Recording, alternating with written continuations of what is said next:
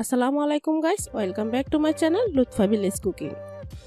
তো বন্ধুরা, আজকে তোমাদের জন্য নিয়ে এসেছি খুবই মজাদার একটা রান্নার রেসিপি। তো আজ তৈরি করবো বুটের ডাল দিয়ে ব্রয়লার মুরগি। তো বুটের ডাল রান্নার ক্ষেত্রে কিন্তু অনেকের ডালটা গলে যায়, আর অনেকেরই অবজেকশন থাকে সব ধরনের মশলা অ্যাড করে কিন্তু পারফেক্ট স্বাদটা আসে না। তো সম্পূর্ণ রান্নার টিপ অ্যান্ড ট্রিক সহকারে এই ভিডিওটা আমি তৈরি করেছি। তো না টেনে অবশ্যই বন্ধুরা সম্পূর্ণ ভিডিওটা দেখবে, তাহলে তোমরা একবার দেখে কিন্তু পারফেক্টভাবে বাসায়ও রান্না করে নিতে পারবে। তো চলো বন্ধুরা, ভিডিওটা শুরু করি। তার আগে অবশ্যই বন্ধুরা একটা লাইক দিয়ে সম্পূর্ণ ভিডিওটা দেখবে, আর যদি ভালো লেগে থাকে তাহলে অবশ্যই চ্যানেলটাকে সাবস্ক্রাইব করে পাশে থাকা বেল আইকনটিও ক্লিক করে রাখবে। তো তার জন্য প্রথমে নিচ্ছি এখানে আমি ব্রয়লার মুরগি পিসগুলো কিন্তু এরকম করে কেটে নিয়েছি। তো চাইলে এর থেকে ছোটও করতে পারো, আর বড় করার কিন্তু কোনো প্রশ্নই আসে না। বড় করলে কিন্তু ব্রয়লার মুরগি খেতে ভালো লাগে না। তো এখন ম্যারিনেট করার জন্য প্রথমে দিয়ে দিচ্ছি হাফ চামচ পরিমাণ হলুদ গুঁড়া, আর হাফ চামচ পরিমাণ দিচ্ছি মরিচের গুঁড়া।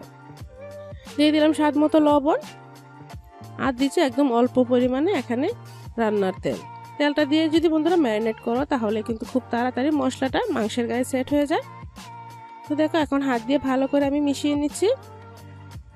তো মাংস রান্নার ক্ষেত্রে অবশ্যই বন্ধুরা আগে একটু ম্যারিনেট করে রাখবে, তাহলে দেখবে মাংসের স্বাদটা খুব ভালো আসে, যেহেতু এটা ব্রয়লার মুরগি। তো এখন এটা রেস্টে রেখে দিচ্ছি, আর এখানে নিচ্ছি আমি বুটের ডাল। তো ডালটা আমি আগে থেকে ভিজিয়ে রেখেছি, এখন কিন্তু অনেকটাই ফুলে ডাবল হয়ে গিয়েছে। তো এটা কিন্তু 1 থেকে 1.5 ঘন্টা আগে বন্ধুরা ভিজিয়ে নিবে, তাহলে খুব তাড়াতাড়ি সিদ্ধ হয়ে যাবে। তো এখন চুলায় প্যান বসিয়ে দিয়ে দিচ্ছি ডাল। তো ডালটা দিয়ে পর্যাপ্ত পরিমাণ পানি দিয়ে দিচ্ছি। পানিটা এমন পরিমাণ দিতে হবে যাতে ডালের উপরে অনেক পরিমাণে পানি থাকে, যেহেতু ডালটা সিদ্ধ হতে অনেকটা সময় লাগে। আর দিয়ে দিচ্ছি স্বাদ মতো লবণ। আর এখানে হলুদ গুঁড়া দেওয়া যাবে না, হলুদ গুঁড়া যদি প্রথমে অ্যাড করো তাহলে কিন্তু ডাল সিদ্ধ হতে অনেক সময় লাগবে। তো বন্ধুরা দেখো, হাই হিটে কিন্তু আমি এটাকে খুব ভালো করে সিদ্ধ করে নিয়েছি। তো এখানে দেখো 80% কিন্তু সিদ্ধ হয়ে গেছে। তো এখন এটাকে আমি নামিয়ে নেব। তো নামানোর আগে অল্প একটু হলুদ গুঁড়া দিচ্ছি। হলুদ গুঁড়াটা দেওয়ার কারণে কিন্তু ডালটা আর ভেঙে যাবে না। তো হলুদ গুঁড়াটা দিয়ে কিন্তু সরাসরি আমি তুলে নিচ্ছি। তো তারপর কিন্তু বন্ধুরা অবশ্যই তোমরা পানি থেকে কিন্তু ডালটা ছেঁকে রাখবে। তারপর আরেকটা প্যানে দিয়ে দিচ্ছি এখানে আমি হাফ কাপ পরিমাণ তেল। তো রান্নার ক্ষেত্রে কিন্তু অবশ্যই যে কোনো রান্নার ক্ষেত্রে অবশ্যই ভাজার সময় তেলের পরিমাণটা একটু বাড়িয়ে দিবে, তাহলে এই তেলে সম্পূর্ণ রান্নাটা তোমরা করে নিতে পারবে, এতে করে রান্নার স্বাদ। আর দেখো আমি মাংসগুলো কিন্তু দিয়ে দিলাম। এখন মাংসগুলো যখন এক সাইডে কালার চলে আসবে তখনই উল্টিয়ে দিচ্ছি। তো মাংসটা একটু আমি লাল লাল করে ভাজবো। তো মাংসটা বন্ধুরা যদি একটু লাল লাল করে ভাজেন তাহলে কিন্তু মাংসের গায়ে যে একটা আষ্টে গন্ধ থাকে সেটা কিন্তু আর থাকবে না, আর খেতে কিন্তু একদম দেশি মুরগির স্বাদ হবে। তো দেখতে পাচ্ছ মাংসটা আমি খুব ভালো করে ভেজে নিয়েছি। তো অনেকের প্রশ্ন থাকে মাংস এত ভাজলে ভিতরে মশলা ঢুকে কিনা। তো তোমরা আমার মতো অবশ্যই ট্রাই করবে, তাহলে বুঝতে পারবে ভিতরে মশলা ঢুকে কিনা। তো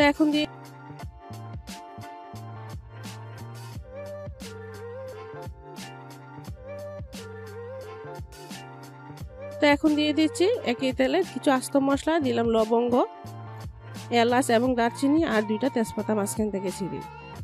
আর দিচ্ছি এখানে বড় সাইজের একটা পেঁয়াজ কুচি দিয়ে খুব ভালো করে এখন আমি একটু ভেজে নিব। মশলার সাথে পেঁয়াজটা একটু ভালো করে ভেজে নিচ্ছি। তো দেখো পেঁয়াজটা কিন্তু মোটামুটি ভাজা হয়ে গেছে।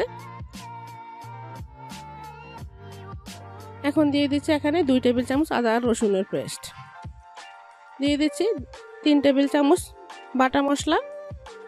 তো এখানে বাটা মশলা আমি ইউজ করেছি, চাইলে এখানে গুঁড়া মশলা ইউজ করতে পারো, সেক্ষেত্রে এখানে 2 টেবিল চামচ গুঁড়া মশলা অ্যাড করতে পারো। আর দিচ্ছি হাফ টিস্পুন ধনে গুঁড়া, আর দিচ্ছি 1.5 টেবিল চামচ হলুদ গুঁড়া, আর দিচ্ছি স্বাদ মতো লবণ, আর দিয়ে দিলাম স্বাদ মতো মরিচের গুঁড়া। তো এটাকে আমি একটু স্পাইসি করবো, তাই মরিচের পরিমাণটা একটু বাড়িয়ে দিচ্ছি। এই বুটের ডালটা একটু স্পাইসি হলেই কিন্তু খেতে বেশি ভালো লাগে।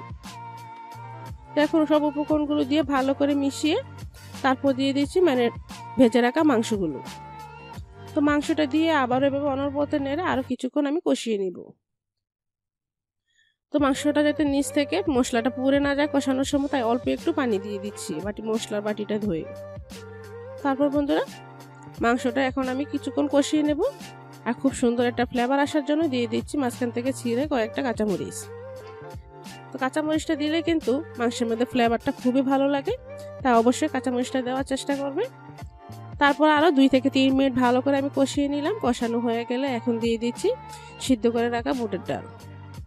তো ডালটা দিয়ে একটু ভালো করে প্রথমে মিশিয়ে নিতে হবে। তো বন্ধুরা, ডালটা কিন্তু দেওয়ার পর এরকম অনবরত কিন্তু নাড়া যাবে না, তাহলে ডালটা ভেঙে যেতে পারে। তাই এভাবে আলতোভাবে নেড়ে দিতে হবে, তা না হলে কিন্তু হাতলে ধরে একটু উল্টিয়ে কিন্তু এটাকে সুন্দর করে লাল লাল করে ভাজতে হবে। এই পর্যায়ে যত ভালো করে ডালটা ভাজা হবে ততই কিন্তু রান্নার স্বাদ বেশি হবে। তো দেখো আমি 5 থেকে 6 মিনিট ভালো করে কষিয়ে নিলাম। তারপর দিয়ে দিচ্ছি ডাল সিদ্ধ করে রাখা যে পানিটা ছিল সেই পানিটা দিয়ে আবার নেড়ে চেড়ে খুব ভালো করে মিশিয়ে নিচ্ছি।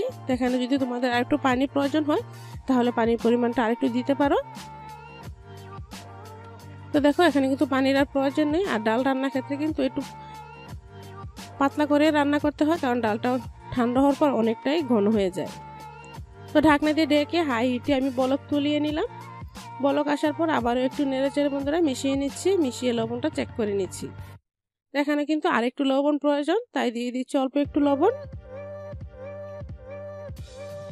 আর দিচ্ছি এখানে 1 টেবিল চামচ আরও গরম মশলা। এই পর্যায়ে গরম মশলাটা দিলে মশলা ফ্লেভারটা খুবই স্ট্রং ভাবে পাওয়া যায়। তারপর বন্ধুরা ঢাকনা দিয়ে ঢেকে আরও 3 মিনিটের মতো ভালো করে আমি কুক করে নিব। তো দেখো 3 মিনিট পর ফিরে এলাম। এর ফাঁকে কিন্তু নাড়াচাড়া করার প্রয়োজন নেই। এই পর্যায়ে নাড়াচাড়া করলে কিন্তু ডালটা ভেঙে যাবে। তো এখন আমি নামিয়ে নিলাম, গরম গরম সার্ভ করে নিচ্ছি। দেখতে দেখো কতটা সুন্দর, আর সত্যি বন্ধুরা খুবই সুন্দর একটা স্মেল আসতেছে। এটা রুটি, পরোটা, ভাত বা পোলাও সব কিছুর সাথেই কিন্তু একদমই পারফেক্ট। তো আশা করছি রেসিপিটা ভালো লেগেছে। ভালো লাগলে প্লিজ লাইক, কমেন্ট, শেয়ার করবে। এখানে আমি 1 কেজি গরুর মাংস একটু ছোট ছোট টুকরো করে কেটে নিয়েছি। আপনারা চাইলে কিন্তু মাঝারি সাইজের করেও কেটে রান্না করতে পারেন। রান্নার প্রসেসটা কিন্তু একই থাকবে, শুধু মাংসের পরিমাণটা হবে 1 কেজি। এবার মাংসটা ম্যারিনেট করে নিব। দিয়ে দিব স্বাদমতো লবণ, 1 টেবিল চামচ হলুদের গুঁড়া, 1 টেবিল চামচের একটু বেশি মরিচের গুঁড়া, আপনারা নিজেদের টেস্ট অনুযায়ী দিবেন। 1/2 টেবিল চামচের মতো ধনিয়ার গুঁড়া, 1.5 টেবিল চামচ আদা রসুন বাটা, 1.5 টেবিল চামচের একটু বেশি গরম মশলা। গরম মশলার রেসিপিটা আমার চ্যানেলে দেওয়া আছে, আপনারা চাইলে দেখে নিতে পারেন। হাত দিয়ে সবগুলো উপকরণ ভালোভাবে মিশিয়ে নিব। মাখানো প্রায় শেষ পর্যায়ে চলে এলে এতে দিয়ে দিব 1 টেবিল চামচ রান্নার তেল। এ পর্যায়ে তেলটা ইউজ করা ট্রাই করবেন, তাহলে মশলাগুলো মাংসের সাথে খুব ভালোভাবে সেট হবে। মাংসটা ম্যারিনেট করে কিছুক্ষণ রেখে দিব। আপনার মাংসটা যদি একদম ফ্রেশ হয় তারপর ম্যারিনেটের পর রেস্টে রাখার কোনো দরকার নেই। এবার একটি প্যানে তেল নিয়ে নিব 1/2 কাপের মতো। এবার এতে 2টি তেজপাতা দিয়ে দিব, 4টা এলাচ এবং 4 টুকরো দারচিনি। এলাচের মুখগুলো কিন্তু একটু খুলে দিবেন। এবার এতে 2 টেবিল চামচের মতো পেঁয়াজ কুচি দিয়ে দিব। এখানে আমি পেঁয়াজ বাটাটা ইউজ করব, তাই কাঁচা পেঁয়াজ একটু অল্প পরিমাণে দিচ্ছি। পেঁয়াজগুলো একটু ভাজা হয়ে এলে এবং একটু কালার চলে এলে এতে দিয়ে দিব ম্যারিনেট করা মাংস। লাস্টে তেলটা অ্যাড করার কারণে কিন্তু মাংসের মশলাটা বেশ ভালোভাবেই সেট হয়েছে। মাংসটা নেড়ে তেলটার সাথে একটু ভালোভাবে মিশিয়ে নেব এবং ভালোভাবে কষিয়ে নিব। চুলার হিটটা মিডিয়াম টু হাই হিটে রাখবেন আর ঘন ঘন নেড়ে মাংসটা কষাতে হবে। আর খেয়াল রাখবেন মাংসের জন্য প্যানের নিচে লেগে না যায়। দেখুন তেলটা কিন্তু উপরে চলে এসেছে। এই মুহূর্তে ঢাকনা দিয়ে রেখে দিব মাংসটা সিদ্ধ হওয়ার জন্য। আর চুলার আঁচটা কিন্তু একদম কমিয়ে দিতে হবে। 5 মিনিট পর ঢাকনা তুলে নিব এবং দেখুন মাংস থেকে অনেকটাই পানি ছেড়ে দিয়েছে। এবার আবার ঢাকনা দিয়ে ঢেকে দিব। এভাবে ঢাকনা দিয়ে বারবার ঢেকে মাংসটা ভালোভাবে কষিয়ে দিতে হবে। আর গরুর মাংস সিদ্ধ হতে সময়ও একটু বেশি লাগে। 5 মিনিট পর ঢাকনাটা খুলে নিব আর এতে 1.5 টেবিল চামচের মতো বাদাম বাটা দিয়ে দিব। আপনারা চাইলে স্কিপ করতে পারেন, তবে এটা দিলে খেতে ভালো লাগে। দিয়ে দিব 1 টেবিল চামচ টমেটো সস এবং 1 চির লেবুর রস। লেবুর রস দিলে কিন্তু মাংসের যে একটা কাঁচা গন্ধ থাকে সেটা চলে যাবে, আর টমেটো সস ব্যবহারের ফলে এর টেস্টটা ভালো আসবে এবং কালারটাও খুব সুন্দর হবে। নেড়ে উপকরণগুলো খুব ভালোভাবে মিক্স করে নেব এবং ঢাকনা দিয়ে ঢেকে দিব 5-6 মিনিটের জন্য। 5 মিনিট পর ঢাকনাটা তুলে নিব। তেলগুলো উপরে চলে এসেছে আর মাংসটা কিন্তু একদম ভালোভাবে সিদ্ধ হয়নি। মাংসগুলো ভালোভাবে সিদ্ধ হওয়ার জন্য সামান্য পানি অ্যাড করব।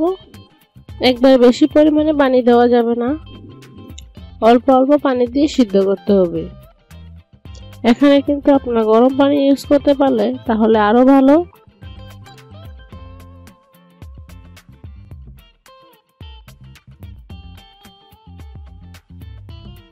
পানিটা শুকিয়ে এসেছে এবং মাংসটাও প্রায় সিদ্ধ হয়ে গিয়েছে। এবার এতে দিয়ে দেব 1.5 কাপ পরিমাণে পেঁয়াজ বাটা। এভাবে রান্না করলে মাংসটা একদম মাখা মাখা হবে আর খেতেও খুব ভালো লাগবে। আমি হাই হিটে মাংসটা কিছুক্ষণ নেড়ে নিব। এরপর এতে 2টো কাঁচামরিচ দিয়ে দিব ফ্লেভার আনার জন্য। চুলাটা মিডিয়াম টু হাই হিটে রেখে মাংসটা কষিয়ে নিতে হবে। মাংসটা কিন্তু প্যানের নিচে লাগিয়ে ফেলা যাবে না, তাহলে খেতে একদমই ভালো হবে না। একটু কষিয়ে এলে এতে পানি দিয়ে দিব। মাংসটা আমি রুটি দিয়ে খাওয়ার জন্য তৈরি করছি, তাই একটু ঝোল রাখবো। রান্নাটা কিন্তু প্রায় শেষ। এই পর্যায়ে 1.5 চা চামচের মতো গরম মশলা বাটা দিয়ে দিব।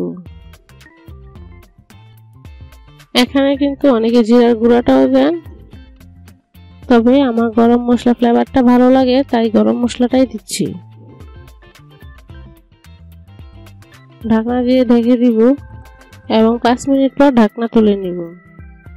মাংসটা নামানোর 2 মিনিট আগে এতে দিয়ে দিব ম্যাগি স্বাদের ম্যাজিক। এটা সম্পূর্ণ অপশনাল, আপনারা চাইলে নাও দিতে পারেন, তবে টেস্টটা আমার কাছে খুবই ভালো লাগে। মাংসটা 2 মিনিট ভালোভাবে নেড়ে মশলাটা মিশিয়ে নিব। বেশ, আমাদের রেসিপিটা কিন্তু তৈরি।